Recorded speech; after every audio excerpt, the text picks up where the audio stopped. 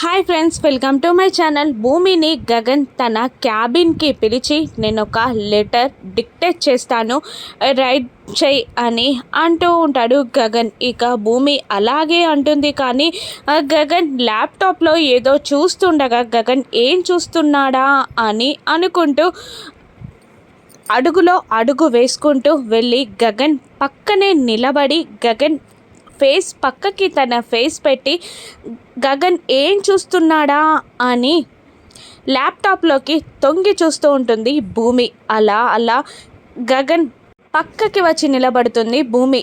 వాళ్ళ రెండు ముఖాల మధ్యలో గాలి దూరే ప్లేస్ కూడా ఉండదు. ఒక్కసారిగా తన పక్కకి వచ్చిన భూమిని చూసి గగన్ షాక్ అవుతాడు. భూమిని అంత దగ్గరగా చూసి గుటకలు వేస్తూ ఉండిపోతాడు గగన్. తనని తాను మైమర్చిపోతాడు గగన్. ఒక్కసారిగా భూమి వైపు తిరిగేసరికి ఇద్దరి చూపులు కలుస్తాయి. ఇద్దరిలో ఏదో అలజడి.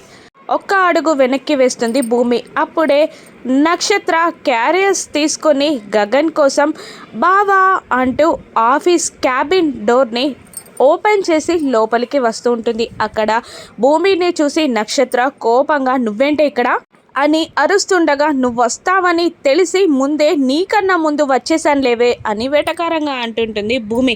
నువ్వు వెళ్ళిపోవే ఫస్ట్ అని అంటూ ఉంటుంది నక్షత్ర. నువ్వెందుకు వచ్చావో చెప్పు అని భూమి అడుగుతుండగా, బావకి ప్రేమగా భోజనం తీసుకొచ్చాను అని అంటూ ఉంటుంది నక్షత్ర. నువ్వు బావకి భోజనం తేయడానికి ఎవరివే అని నక్షత్ర నీ తిడుతూ ఉంటుంది భూమి. నువ్వెళ్ళు అంటే నువ్వెళ్ళు అని జుట్టు పట్టుకొని పోట్లాట పెట్టుకుంటారు భూమి నక్షత్ర. ఇక అది చూసి గగన్ స్టాప్ ఇట్ అని అరుస్తాడు. భోజనమే కదా, ఎవరైతే ఏంటి తెచ్చింది అని అనుకుంటూ నాప్కిన్ని షర్ట్కి టక్ చేసి భోజనం ముందు కూర్చుంటాడు గగన్. ప్రేమగా వడ్డిస్తుంటుంది నక్షత్ర. అది చూసి కుతకుతా ఉడికిపోతూ ఉంటుంది భూమి. ఇప్పుడు గగన్ నిజంగానే భోజనం తింటాడా? భూమి తన మనసులోని మాటని బయట పెడుతుందా? రాను ఎపిసోడ్స్లో చూద్దాం. Thank you for watching.